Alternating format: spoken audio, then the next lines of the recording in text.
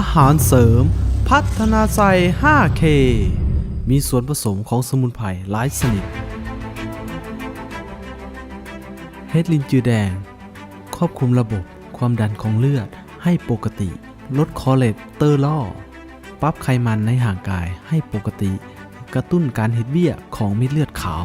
เสริมสร้างระบบย่อยอาหารให้ดีขึ้นกระดูกอ่อนปลาสลามเป็นอาหารเสริมบำรุงกระดูกและคอ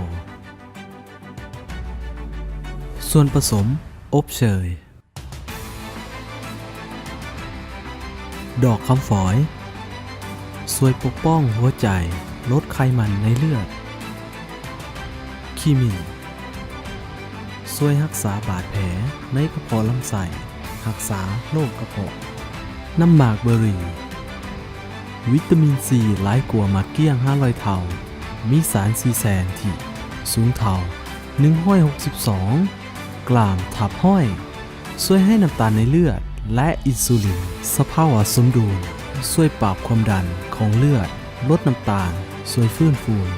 สภาพเซลล์ในร่างกายให้ดีขึ้นถังเช่าบำรุงและเพิ่มภูมิระบบการเฮ็ดเวียกของไตและปอด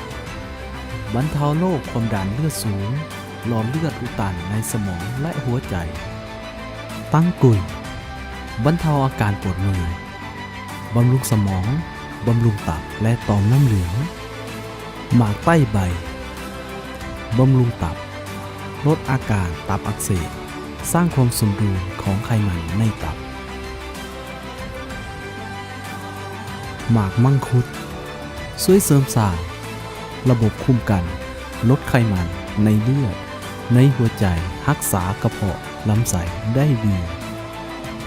เม็ดเบตาแคนเสริมสร้างภูมิคุ้มกันของห่างกายช่วยป้องกันโรคภูมิแพ้ลดน้ำตาลในเลือดและคอเลสเตอรอลในเลือดดอกดาวเรืองช่วยขับลมเฮ็ดให้น้ำในลำไส้เฮ็ดเวียกได้ดี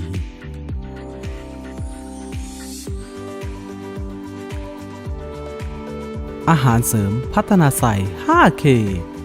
ส่งสินค้าและรับสมัครตัวแทนจำหน่ายโทรศัพท์020 9727 2999